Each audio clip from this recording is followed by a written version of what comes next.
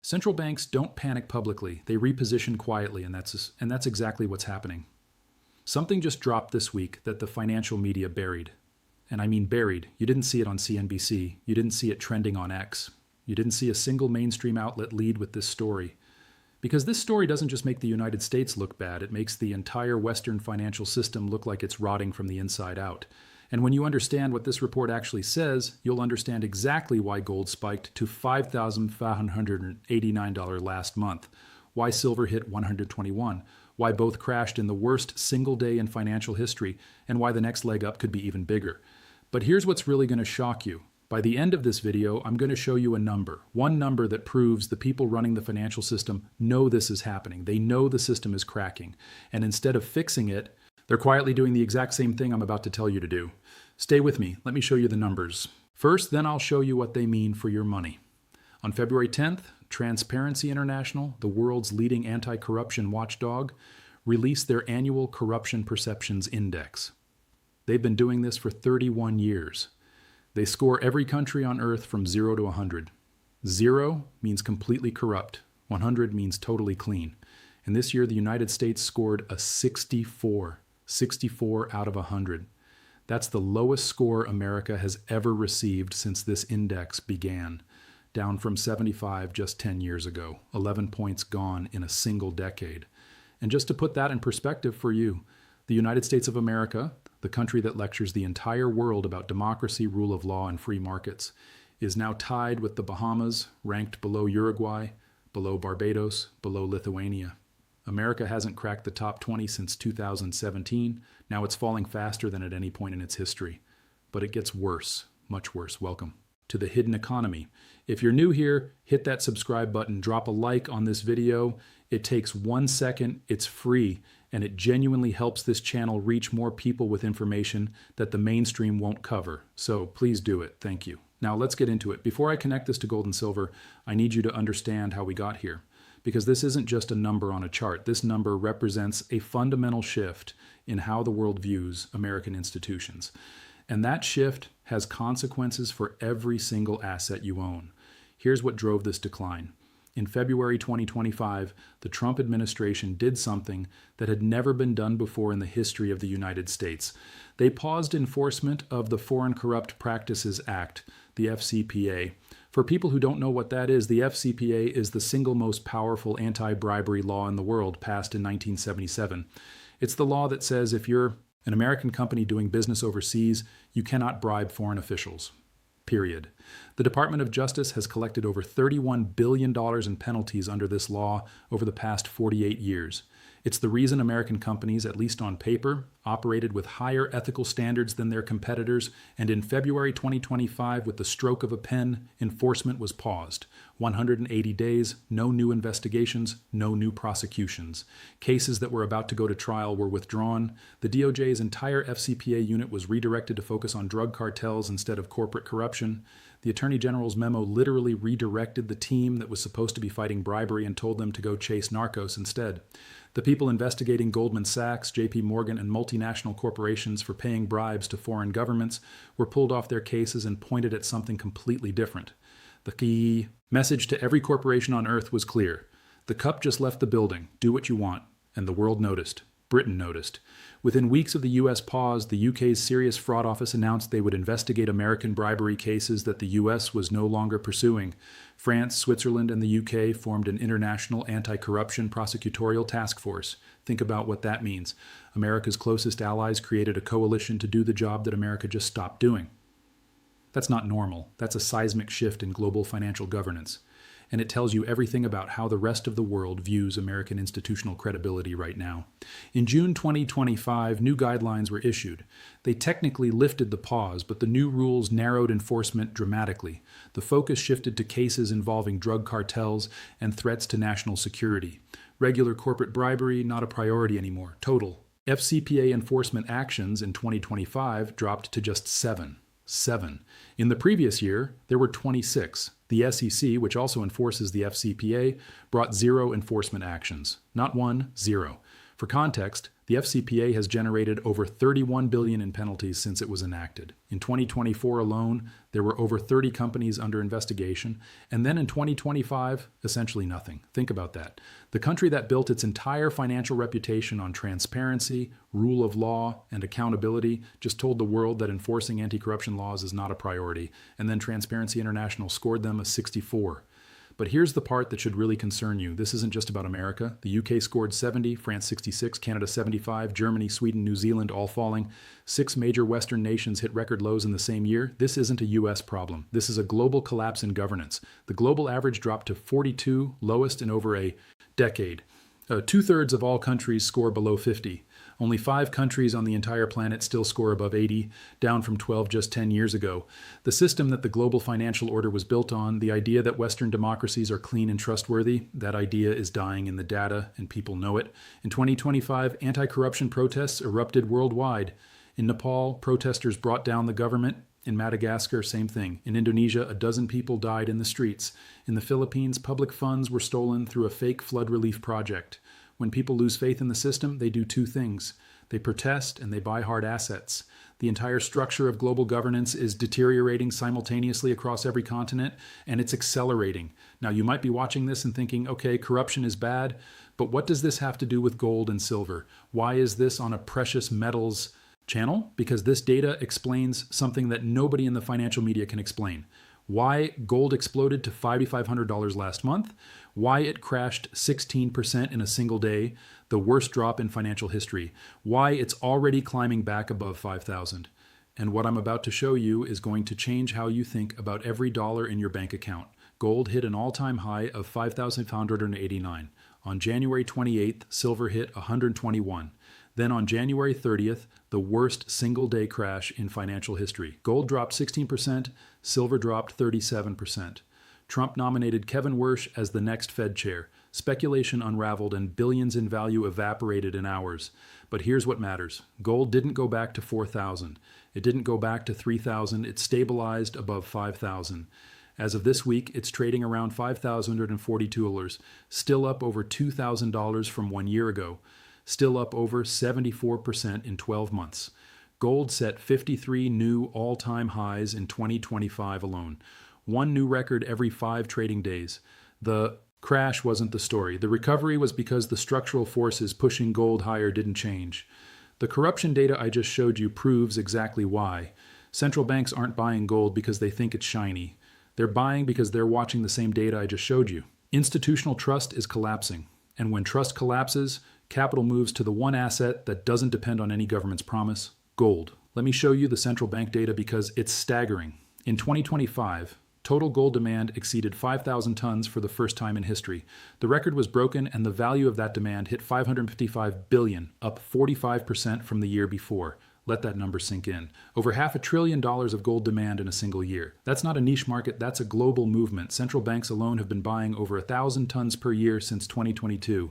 3 consecutive years above 1,000 tons, that's roughly double the decade-long average from 2014 to 2020. And the buying is broad-based. It's not just 1 or 2 countries. 22 central banks reported increasing their gold reserves in 2025. 22 separate nations, all making the same decision independently. Poland bought 102 tons last year. Their governor just said he wants to increase reserves to 700 tons for national security reasons. His exact words, national security, not portfolio diversification, not inflation hedging, national security. When a NATO country's central bank governor uses that language about gold, you need to pay attention. Kazakhstan set a record for buying 57 tons, their highest ever since records began in 1993. Their governor said they want to stay net gold buyers until global tensions ease. Brazil re-entered the gold market for the first time since 2021, added 43 tons in 3 months. Turkey kept buying all year despite market volatility. And China's central bank has been buying for 15 consecutive months straight. And here's the detail that should really make you think. Not all of this buying was public. A significant chunk of central bank gold purchases last year were completely unreported. Governments buying gold in secret, no announcements, no press releases, just quiet accumulation. I'll tell you the exact number later in this video. And when you hear it, you'll understand why I started this video the way I did. These aren't speculators. These are sovereign nations making calculated decisions. 22 of them increased gold reserves in 2025, and they're all choosing the same asset. Not dollars, not euros, not treasury bonds, gold. And here's what connects it all. Why are they buying? JP Morgan published their 2026 outlook. They said gold could reach $6,300 by the end of this year. Even after the January crash, they kept that target. Their head of commodities strategy said the trends driving this rally are not exhausted. But what? Trends? What's actually pushing this? Three forces are converging right now, all at the same time and all pointing in the same direction. Force number one, the corruption problem I just showed you. When a country's institutions become more corrupt, its currency becomes less trustworthy. This is not an opinion. This is economic research. Studies have shown a direct correlation between corruption perception scores and long-term economic performance. A one-unit increase in a country's corruption score is associated with a 1.7% increase in GDP growth.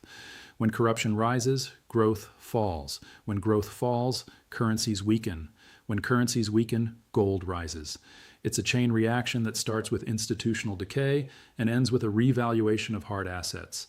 The United States just fell 11 points in a decade. That's not a rounding error. That's structural decline. And the market is pricing it in through gold. Force number two, the debt spiral. And honestly, this is the one that keeps me up at night. As of January 2026, total U.S. national debt stands at $38.43 trillion. That's trillion with a T, up 2.25 trillion from just 1 year ago, up 10.73 trillion from 5 years ago. The rate of increase averages $8 billion per day, not per month, per day, $334 million per hour, $5.5 million per minute, $93,000 per second. While you've been watching this video, the national debt has increased by several million dollars. Let me make that personal for you.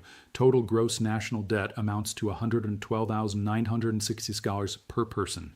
Not per household, per person. That includes your kids, that includes your grandparents. Every man, woman, and child in America owes $113,000 in federal debt that they never agreed to. Per household, it's $285,000. Most Americans don't have that in savings. They don't have that in their retirement accounts, but they owe it. At this pace, the U.S. will hit $39 trillion by April, $40 trillion by the end of the year. And nobody in Washington is even pretending to address it anymore. The last major spending bill, the One Big Beautiful Bill, added $3.4 trillion over a decade. That's not reducing debt. That's accelerating it. And here's the number that should terrify you. Interest payments on that debt are on track to exceed $1 trillion in 2026. $1 trillion just in interest, not paying down the debt. Not building infrastructure, not funding schools, just servicing what we already owe. In 2020, interest payments were $345 billion. 6 years later, it's tripled. The Congressional Budget Office forecasts that net interest as a share of total government spending will be nearly 14% this year and keep climbing. Interest is now the fastest growing federal expense, growing faster than Social Security, growing faster than Medicare, growing faster than defense. Now connect this to the corruption data. You have a government that's becoming more corrupt, spending more money it doesn't have, borrowing at rates it can't sustain, and simultaneously telling the world that enforcing anti-corruption laws is no longer a priority.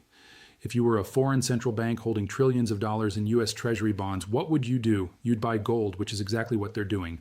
Force number three, the dollarization trend, and this is the one that ties everything together. When you see this, you'll understand why gold is heading right back to 5,500 and beyond. The share of the U.S. dollar in global foreign exchange reserves has been declining slowly but consistently, and as the dollar's share drops, gold's share rises. This is a structural realignment. Amundi, one of the world's largest asset managers, called it the beginning of a gradual transition from a U.S.-centric international monetary system to a more multipolar one. That's not a gold bug on YouTube saying that. That's one of the biggest financial institutions in Europe. Central banks globally now hold nearly 36,200 tons of gold. That accounts for almost 20% of official reserves, up from 15% at the end of 2023. That's a massive shift in just 2 years, and it's accelerating. Why? Because when the country issuing the world's reserve currency is becoming more corrupt, piling on debt faster than at any point in history, pausing enforcement of its own anti-corruption laws and running interest payments that exceed the GDP of most nations, the rest of the world starts to hedge. And the oldest, most reliable hedge in human history is gold. And here's what nobody in the mainstream is willing to say out loud. This isn't going to reverse. Not this year, not next year. The forces driving this are structural. You can't fix a $38 trillion debt problem with speeches. You can't restore institutional credibility by issuing new guidelines after you pause the old ones. You can't convince 22 central banks to stop buying gold by telling them the system is fine. They can see the numbers, they can see the trend, and they're acting on it. The question isn't whether this continues. The question is how fast. And the corruption data just told you it's accelerating every year in every major economy at the same time. Now, everything I just said applies to gold, but there's an asset sitting right next to gold that almost nobody's paying attention to. An asset that's even more undervalued, even more explosive, and has a supply problem that gold doesn't have. Silver holders, what I'm about to show you is why the next 12 months could change your life. Silver is trading around $77 to $78 an ounce right now, down from $121. That's a 37% crash from the all-time high. Sounds scary, but zoom out. A year ago, silver was in the low 30s. Even after the worst crash in financial history, silver is still up over 140% in 12 months. And compared to gold at 5,000, the gold to silver ratio is still massively stretched. Historically, the ratio averages somewhere between 40 and 60.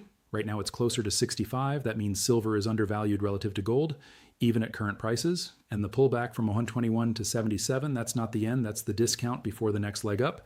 And JP Morgan just forecasted that bar and coin demand for gold will surpass 1,200 tons again in 2026. That demand doesn't exist in isolation. When people are buying gold bars, they're walking into dealers. And when they're in the dealer's shop, they see silver. They see it's cheaper per ounce, they see the ratio is stretched, and they diversify.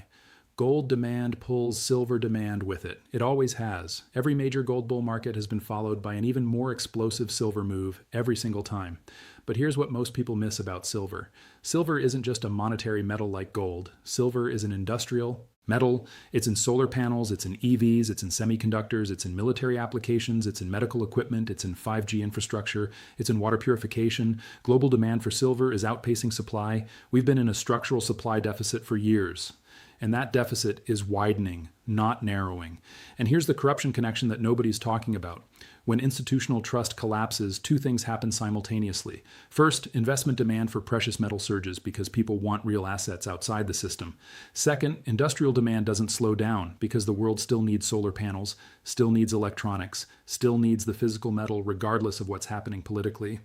So you get a double squeeze. Investment demand pulls metal out of the market. Industrial demand pulls metal out of the market. Supply can't keep up with either, and the price has nowhere to go but up. And here's something the silver market specifically should be watching. When corruption rises in major economies, government spending on green energy, infrastructure, and defense doesn't stop. It often increases because those are the programs politicians use to justify more borrowing. Solar panel installations are accelerating globally. EV adoption is growing. Military spending is surging, especially across NATO. All of that requires silver, physical silver, the very metal that's already in a supply deficit. So corruption doesn't reduce silver demand. It increases it because corrupt governments spend more, borrow more, and build more, all of which consumes more silver. That's the part that almost nobody understands. Corruption is bullish for silver, not just because it destroys trust in currencies, but because it accelerates the very industrial consumption that's already draining supply. Now, zoom out, because there's a bigger picture here that connects all three forces I just laid out. The US dollar is not backed by gold. It hasn't been since 1971. It's backed by one thing, institutional credibility, the belief that America pays its debts, the belief that the Fed manages inflation, the belief that the rule of law is enforced, the belief that the system works. The corruption index just told you institutional credibility is eroding 11 points in a decade. The debt data just told you America is borrowing $8 billion a day with no plan to stop. Interest payments about to cross $1 trillion. Anti-corruption enforcement was literally paused. Every pillar the dollar stands on is cracking, and the market knows it. That's why gold spiked to 5,500 last month. That's why it's holding above 5,000 even after the crash. That's why central banks are buying at historic rates. That's why physically backed gold ETFs had their strongest quarter on record in 2025, with $26 billion flowing in during a single quarter. In Q3 alone, investor and central bank demand combined hit 980 tons, $109 billion of demand in 3 months. Bar and coin demand hit a 12-year high at 420 tons in Q4. The smart money isn't waiting for a crisis. The smart money is already positioned. And the January pullback, they're buying that too. And I want to be very clear about something. This is not about politics. I'm not here to tell you that one party or administration is responsible for all of this.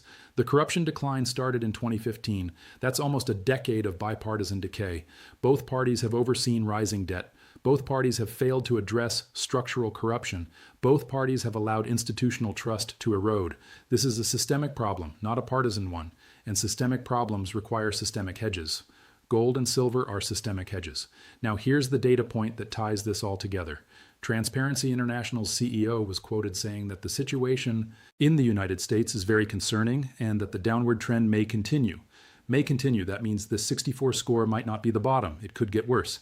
And if it does, the implications for the dollar, for treasury bonds, for the entire financial system are profound.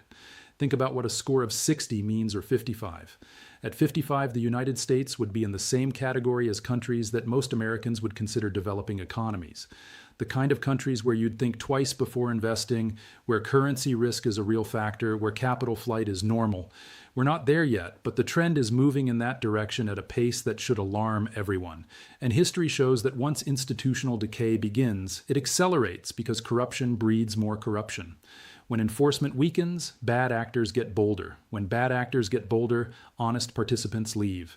And when honest participants leave, the system degrades further. It's a feedback loop, and the only way to break it is with strong, decisive reform that nobody seems interested in pursuing. So where does that leave you? Where does that leave the average person watching this video trying to protect their wealth? I'll tell you what I think, and I want to be honest about the fact that this is my opinion, not financial advice. Do your own research. Make your own decisions. I think we are in the early stages of a generational repricing of real assets versus financial assets. Gold already hit 5,500. The January crash shook out the weak hands, but the fundamentals didn't change. JP Morgan kept their forecast that gold will reach 6,300 by end of 2026.